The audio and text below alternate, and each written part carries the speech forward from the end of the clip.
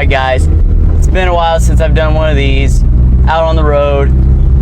Been debating back and forth what topic I want to do. I have quite a few in the wings, ready to get back in the car and do them. Some of them I want to park the car, talk about some things because they're a little bit longer winded, need a little bit more focus. This was just something that I've touched on before. I hit on it on Facebook about 6 or 7 months ago, and then I once again brought it up a few weeks later. But with me not using Facebook outside of promoting the show, I really wanted to use my show to talk about a specific issue. And it's not really an issue even. It's something I just want to bring aware to people. And not a huge deal, but I've talked about it before, and it's games is art. Games is not just a time waster, like the stigma sometimes seems to be. And there's two parts to this. I want to touch on the three aspects of what makes a game good, especially the important ones. And the second part is helping you to decide what game you want to play. So first of all, I want to touch on the three main issues that are the three main criteria of what makes a game good. So the three main ones are story, gameplay, and art. Story, the character development, the writing, the actual story, like you would see in a movie game or a movie, TV show, a book. That one's the most obvious one. Gameplay is how does a game actually play? What's the actual movement? What's the actual objective? How do you obtain that objective? And the third one is the art and the graphics. And the art and the graphics are pretty easy to simplify as well. It determines whether or not a game looks good, how the game looks good, whether a game looks bad, and why it looks bad. So, of those three, I think art and graphics are the least important by a long shot. And I say that because a game can look bad, but still have a great story and great gameplay. I saw that recently with playing through To the Moon. To the Moon is it's not a great gameplay game. The graphics and the art is kind of normal,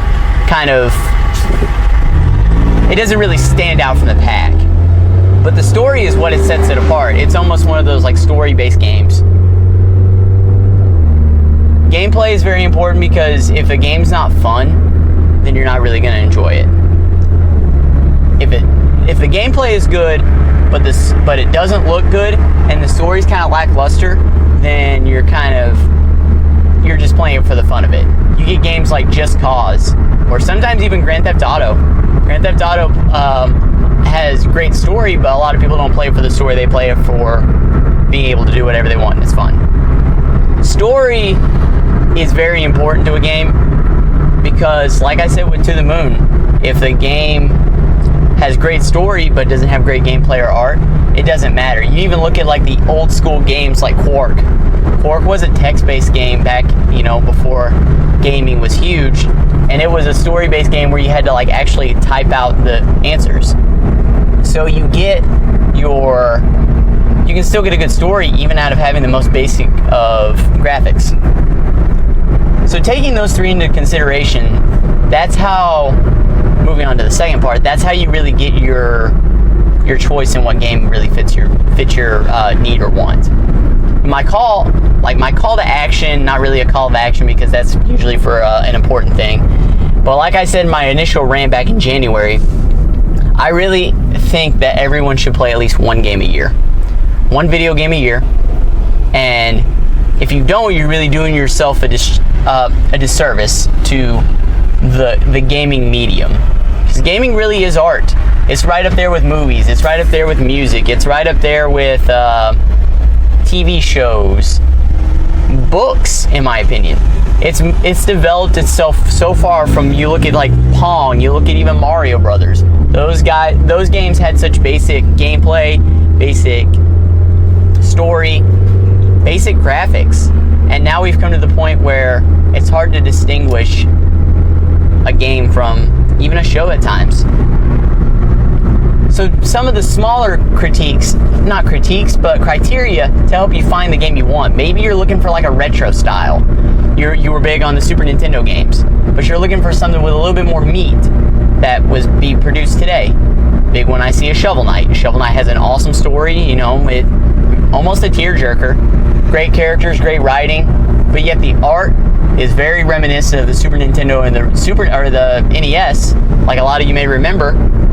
And gameplay is a throwback to Mega Man, DuckTales, all those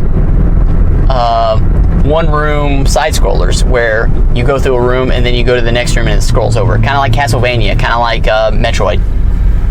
Another one is Freedom Planet. Freedom Planet is a indie game that is made to look like a Dreamcast game. A lot of people were Sega people, so you may have liked Sonic. So that's kind of you weren't a Mario person, you weren't a Nintendo person. So Freedom Planet may be for you because that fits your niche, your criteria, what you're looking for. And that's the basis for all of this. Everyone has their own thing that they're looking for. There's also horror games. I mean, you get into Dead Space. Dead Space is a sci-fi horror game. You get into Lone Survivor, which is a pixelated one, so it's kind of like the graphics I was just talking about, but yet it's a horror aspect. You get games like Until Dawn, which is and Dying Light, both modern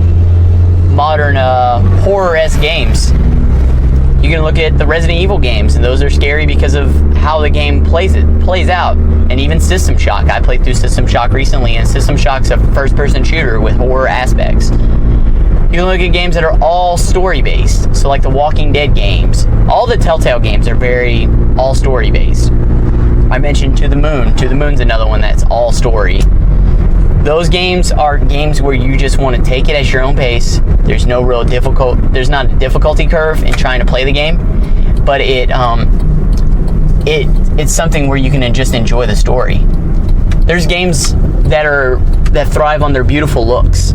So you have games like Ori and the Blind Forest, which is kind of like plays like Metroidvania, kind of like Castlevania, kind of like Metroid, where you're exploring on a 2D plane. There are games like Journey.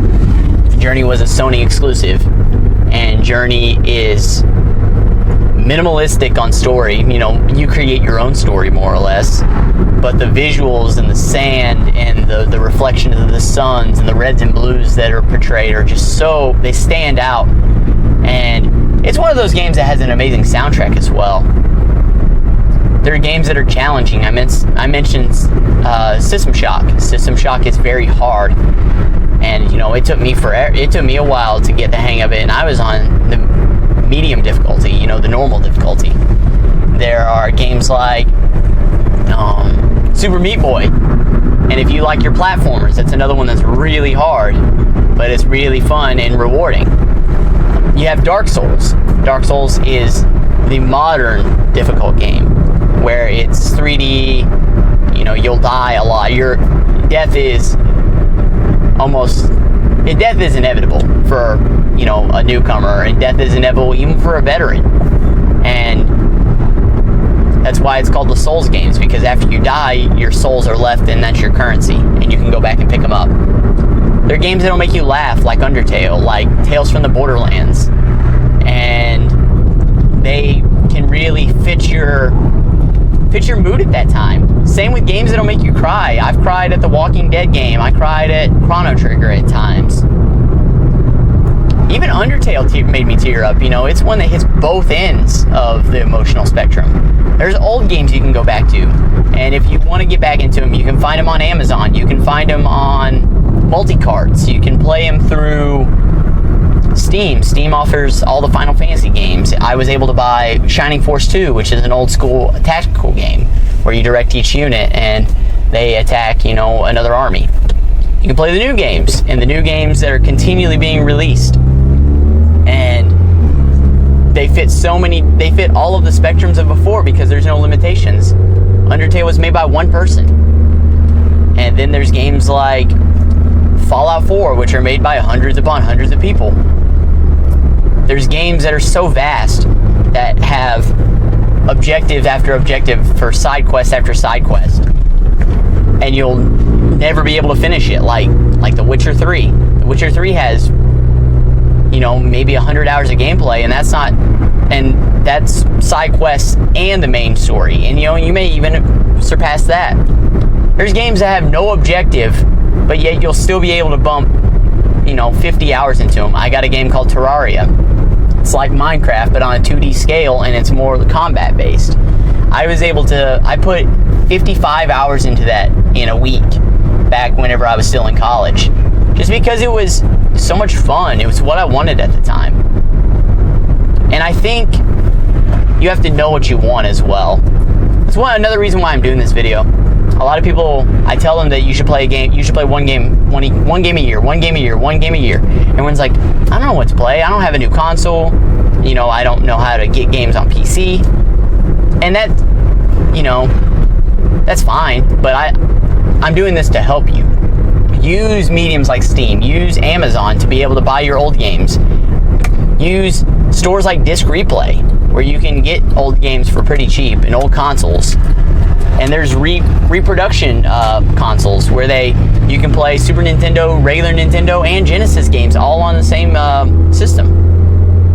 Take advantage of those opportunities. And if you have even further questions, if you want someone to help you really break down exactly what you're looking for in a game, I can easily help you.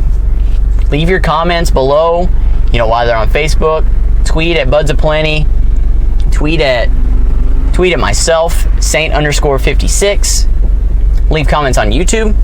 Take advantage of all the opportunities to contact me, and I will help you find the right game for your 2016 game.